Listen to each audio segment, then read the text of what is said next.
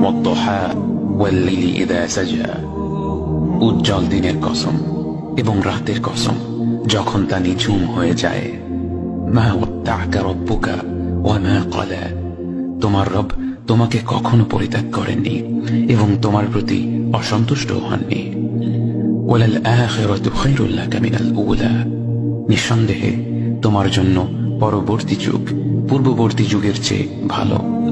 ওয়ালাসাউফা ইউ'তিকা রাব্বুকা ফাতারদা। আর শীঘ্রই তোমার রব তোমাকে এত দেবেন যে তুমি খুশি হয়ে যাবে। আলাম ইয়াজিদকা ইয়াতীমান ফাআওয়া। তিনি কি তোমাকে এতিম হিসেবে পাননি তারপর তোমাকে আশ্রয় দেননি?